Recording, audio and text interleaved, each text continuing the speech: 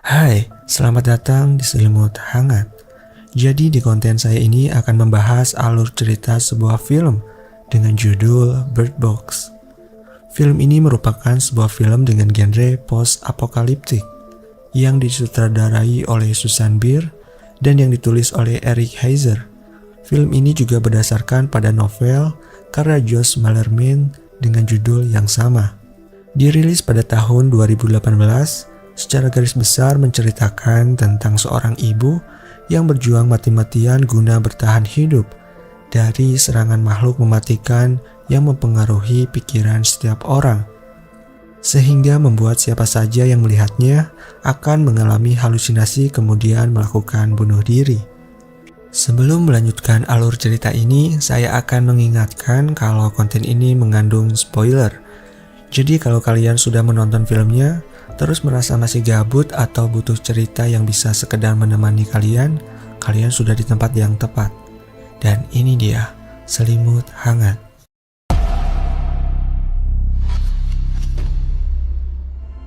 Film diawali dengan memperlihatkan sosok perempuan bernama Mallory sedang menasihati anak-anaknya untuk bersiap melalui hari yang sangat keras, di mana mereka harus melewati sungai yang deras untuk mencapai titik aman dan tersedia pasokan makanan. Mallory tak bosan-bosan mengingatkan kepada anak-anaknya untuk selalu memakai penutup mata. Apapun kondisinya, tidak boleh membuka penutup mata terkecuali saat di ruangan tertutup. Tak lama setelah itu, mereka berjalan ke arah sungai, menghampiri perahu yang sudah mereka siapkan. Dengan mata tertutup, mereka mulai mengarungi sungai dan 5 tahun sebelumnya.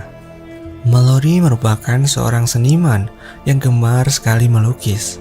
Saat sedang melukis, ia kedatangan kakak perempuannya yakni Jessica dan mengatakan bahwa situasi di luar sangat kacau. Banyak orang berburu pasokan makanan untuk persediaan di rumahnya. Jessica juga menyuruh Mallory untuk menyalakan televisi guna mengetahui berita yang berkembang hari ini. Dalam berita tersebut disampaikan bahwa terdapat sebuah fenomena bunuh diri massal yang pertama kali tercatat di Rumania, dan kini penyebarannya sudah sampai ke Eropa, juga Siberia. Mallory dan Jessica tidak terlalu memikirkan hal tersebut karena wilayah Amerika Serikat masih aman. Setelah itu mereka bergegas ke rumah sakit untuk memeriksa perkembangan bayi yang dikandung Mallory. Dr. Lapham menekankan kepada Mallory untuk menjaga kandungannya. Ia juga menguatkan Mallory agar tak menghiraukan bayinya meskipun tanpa sosok ayah. Singkat cerita, Mallory dan kakaknya bergegas pulang. Namun saat di perjalanan, kekacauan menyelimuti kota. Mereka sangat bingung mengapa banyak orang berlarian dan mengakhiri hidupnya. Keduanya juga lantas panik, sehingga tak fokus untuk berkendara. Saat Mallory menghadap ke belakang karena ia harus mengambil handphone, Jessica melihat sesuatu yang aneh dan membuat kelakuannya tidak terkontrol. Jessica akhirnya menabrakkan mobil itu hingga terbalik. Lalu keduanya keluar dari dalam mobil. Jessica terus bersikap aneh kemudian menabrakkan dirinya ke sebuah truk yang tengah melintas di depannya. Melihat kerumunan orang berlarian, Mallory dengan paniknya mengikuti mereka. Namun karena fisiknya yang lemah, di samping kandungannya yang mesti ia jaga, Mallory sering terjatuh. Beruntunglah ada perempuan bernama Lydia yang langsung menyelamatkan Mallory dan menyuruhnya masuk ke dalam rumahnya. Saat sedang menyelamatkan Mallory, Lydia melihat sesuatu, kemudian ia masuk ke dalam mobil yang terbakar.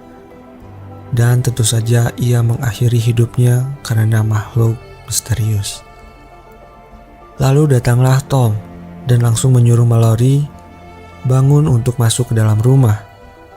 Mereka kemudian dipersilahkan masuk oleh pemilik rumah bernama Greg.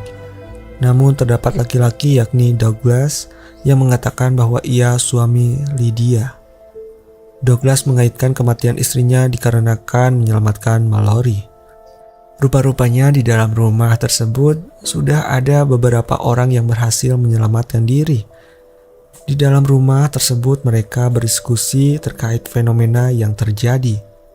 Tom lalu menyuruh mereka untuk menutup jendela agar tak bisa melihat keluar. Berhari-hari mereka berada di dalam rumah tersebut. Terdapat salah satu perempuan bernama Olympia yang meminta masuk ke dalam rumah. Mereka berdebat semuanya. Douglas bersikeras agar tak membuka pintu karena hal tersebut sangat berbahaya. Tetapi karena tak tega, mereka mempersilahkan Olympia untuk masuk. Setelah mereka semuanya menutup matanya, Greg, sang pemilik rumah, memikirkan sebuah ide di mana mereka bisa memantau CCTV yang berada di sekeliling rumah, sehingga mengetahui pergerakan dari makhluk misterius itu. Greg berkata bahwa ia bisa merubah tampilan layar dan ia berkeyakinan dengan tidak melihatnya secara langsung, mereka tak akan kenapa-napa. Greg lantas bersedia untuk mencoba hal itu. Mereka mengikat Greg di sebuah kursi dengan tujuan menghambat pergerakan Greg ketika terjadi sesuatu. Setelah beberapa menit memantau kamera CCTV, Greg nampak tidak fokus dan kemudian ia melihat sesuatu yang membuat raut wajahnya berbeda seketika. Tiba-tiba Greg tak terkendali dan langsung mengakhiri hidupnya. Orang-orang lain tak sempat menyelamatkan Greg karena Greg begitu cepat dalam mengakhiri hidupnya. Percobaan Greg pun tak berhasil. Mereka tak boleh sedikit pun melihat keluar rumah apapun caranya. Kini mereka semakin panik. Mereka memikirkan cara untuk bisa mendapatkan makanan di tengah kondisi yang lagi mencekamnya. Charlie memikirkan sebuah ide untuk mengambil makanan di supermarket. Tom juga memberikan ide, yakni mengecat seluruh kaca mobil dan bisa menggunakan GPS untuk mengarah ke supermarket. Dengan hati-hati mereka bergegas dan melewati banyak sekali mayat yang tergeletak. Mereka juga diteror oleh suara-suara mengerikan yang membuat mereka sedikit ketakutan. Akhirnya mereka sampai di supermarket. Mereka menutup seluruh jendela dan langsung mengambil makanan. Douglas juga sangat bahagia karena akhirnya ia bisa mendapatkan minuman beralkohol. Mallory lantas melihat burung yang berada di dalam toko tersebut dan membawanya pulang. Douglas meminta mereka untuk tidak pulang karena berada di sini selama mungkin bisa menjadi hal yang baik. Tersedia banyak sekali makanan dan pasokan. Mendengar hal itu, Mallory langsung membantah dan kembali memperingatkan untuk memperdulikan orang-orang yang menunggu mereka. Saat hendak bergegas pulang, terdapat salah satu laki-laki berteriak minta tolong agar dibukakan pintu.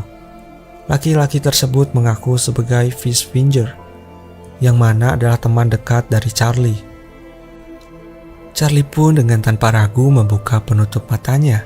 Ia mengintip ke bagian luar untuk mengecek kebenaran. Ternyata Fishfinger sudah tidak sadarkan diri. Ia hanya jelmaan dari makhluk misterius yang berusaha menyuruh mereka untuk membuka mata dan melihat ke arah luar. Charlie pun tidak berhasil selamat karena ia mengorbankan dirinya untuk melindungi rekan-rekan yang berada di supermarket. Beberapa orang tersisa kini berhasil pulang kembali ke dalam rumah. Mereka membagikan makanan yang mereka bawa dari supermarket. Namun beberapa hari berlalu, nampaknya Lucy dan Felix membawa mobil yang menjadi salah satu kendaraan di sana, kemudian meninggalkan mereka semua. Kini mereka tak bisa pergi untuk mencari makanan dan harus tetap bertahan. Lalu datanglah orang yang mengetuk pintu. Olympia yang memiliki kedermawanan hati membukakan pintu dan menyuruh Gary masuk ke dalam rumah. Gary mengaku bahwa ia sangat ketakutan dan ia sedang dikejar-kejar makhluk misterius. Mendengar hal itu, Douglas yang memiliki pengalaman dan tak percaya sembarang orang, ia menodongkan senapan ke arah Gary. Hal itu supaya Gary tetap keluar rumah dan tidak bergabung dengan mereka.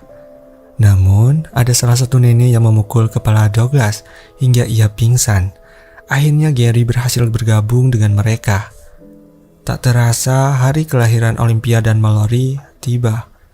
Sebelum itu, Olympia berpesan kepada Mallory agar menjaga bayinya jika terjadi sesuatu terhadapnya.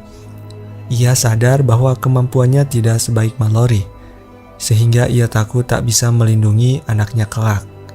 Keduanya lantas berhasil melahirkan. Olympia melahirkan seorang anak putri, dan Mallory melahirkan seorang anak laki-laki. Namun, setelah itu Gary menunjukkan sikap yang aneh. Ia melukis beberapa gambar makhluk hitam dan menjejerkannya di atas sebuah meja. Ia juga menaruh burung ke dalam lemari pendingin dan membuka seluruh jendela yang sebelumnya tertutup rapat. Douglas yang tengah terkurung di dalam garasi, ia sadar akan sesuatu yang tidak beres, namun ia tidak bisa berbuat apa-apa karena ia terkurung dalam suatu ruangan. Tom juga menyadari keanehan setelah ia melihat lukisan-lukisan Gary. Lalu ia mencari Gary dan menyelamatkan burung yang berada di dalam freezer. Namun tak disangka Gary langsung memukul Tom hingga ia tak sadarkan diri. Situasi di dalam rumah semakin mencekam. Kini tersisa para perempuan yang memiliki bayi. Setelah itu Gary menghampiri Mallory dan Olympia, serta nenek-nenek yang membantu persalinan.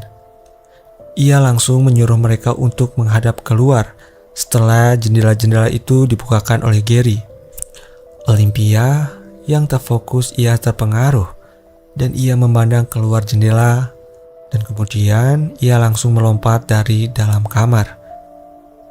Tentu saja hal itu membuat ia meninggal dunia. Kemudian sang nenek juga tewas bunuh diri lantaran ia dipaksa melihat ke arah luar jendela oleh Gary. Tak lama dari itu, Gary memaksa Mallory untuk menyerahkan bayinya. Beberapa menit kemudian datanglah Douglas yang berhasil pergi dari garasi yang terkunci, sekaligus menodongkan senapan ke arah Gary. Berbeda dengan Gary yang dapat melihat Douglas mencoba menghampirinya dan berniat membunuhnya. Mereka terlibat dalam perkelahian dan kemudian dimenangkan oleh Gary. Saat mereka terbaring kesakitan, Tom sadarkan diri dan ia melihat Gary yang sudah membunuh Douglas. Lantas Tom mencoba meraih senapan yang ada di hadapannya, namun Gary juga berusaha untuk mendapatkan senapan itu. Pada momen itu Gary diuntungkan karena ujung senapan mengarah pada Tom. Namun dengan sisa-sisa tenaga yang dimiliki Tom, ia berhasil mendapatkan senapan itu lebih dulu dan langsung menembakkannya kepada Gary. Tom lalu menghampiri Mallory beserta bayi laki-lakinya dan bayi perempuan anak Olympia.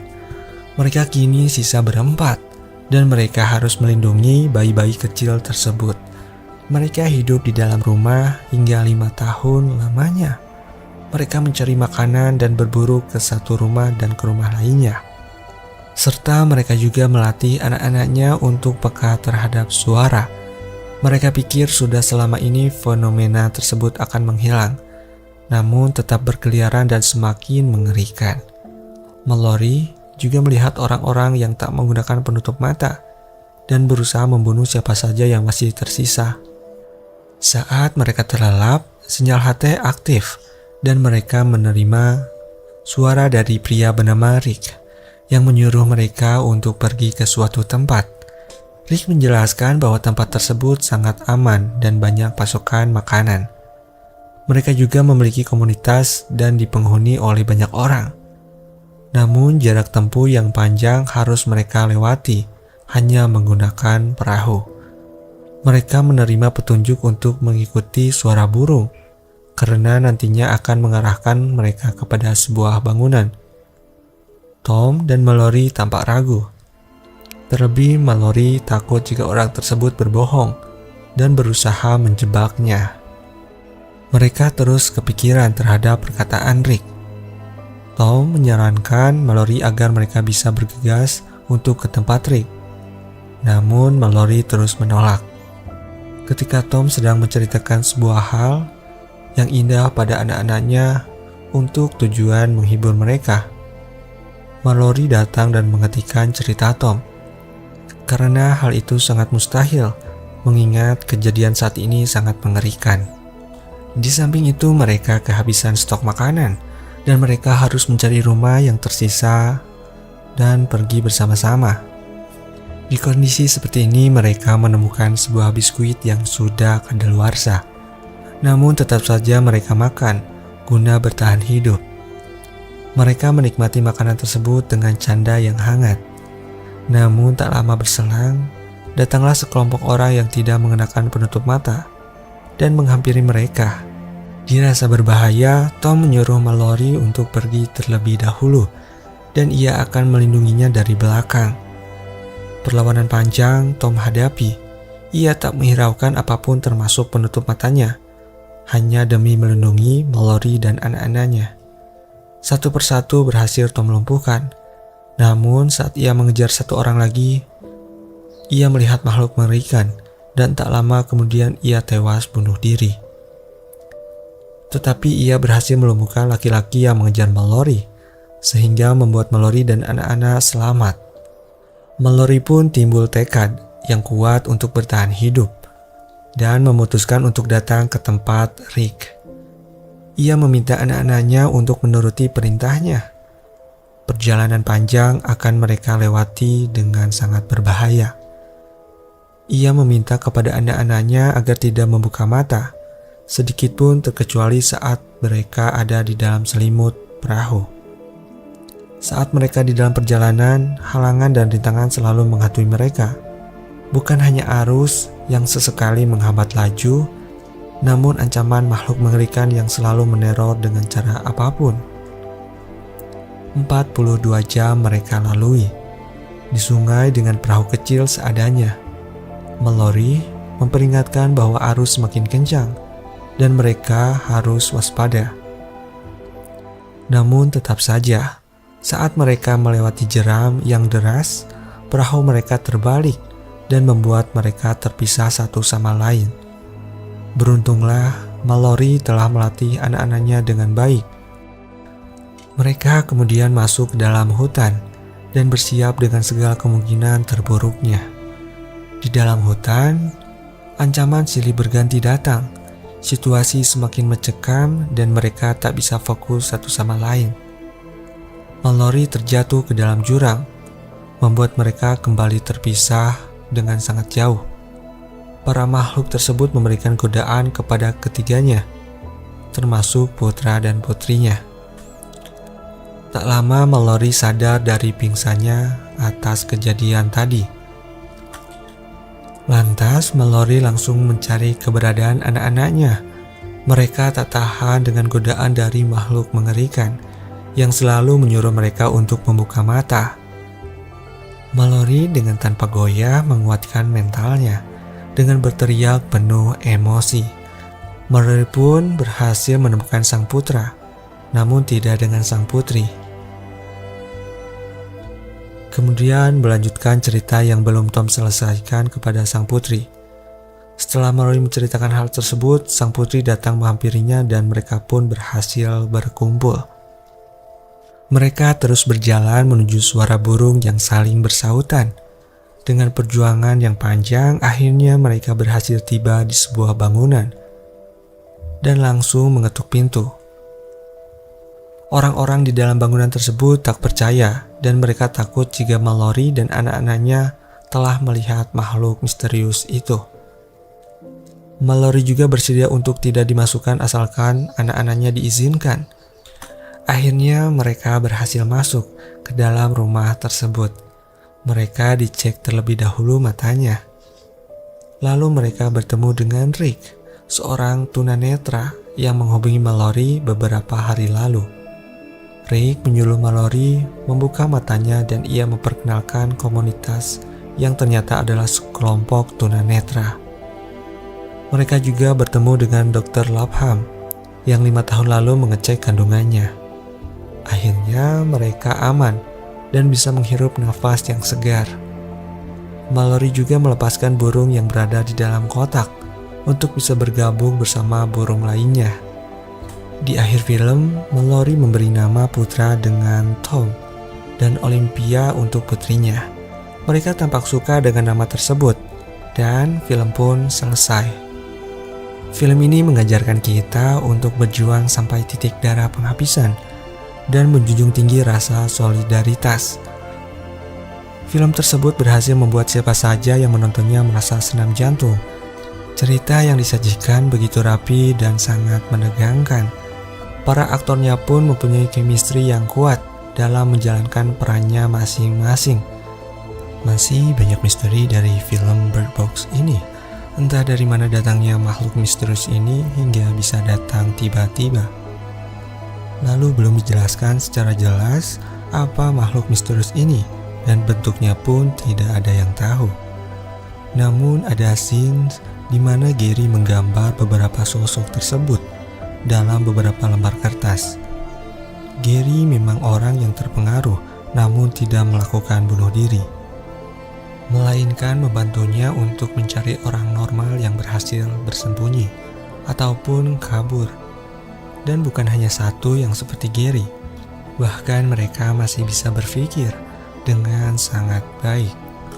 Salah satu cara untuk menghindari makhluk tersebut hanyalah orang tunanetra ataupun kita menutup mata. Namun hal itu belum terlalu aman karena orang seperti Gary masih banyak di luar sana. Entah akan ada film keduanya karena tentu ini belum ada kepastian. Cukup sampai di sini dan jangan lupa untuk menambahkan kritik dan saran agar Selimut Hangat bisa berkembang lebih baik ataupun untuk komentar sekedar meramaikan. Terima kasih dan sampai jumpa kembali.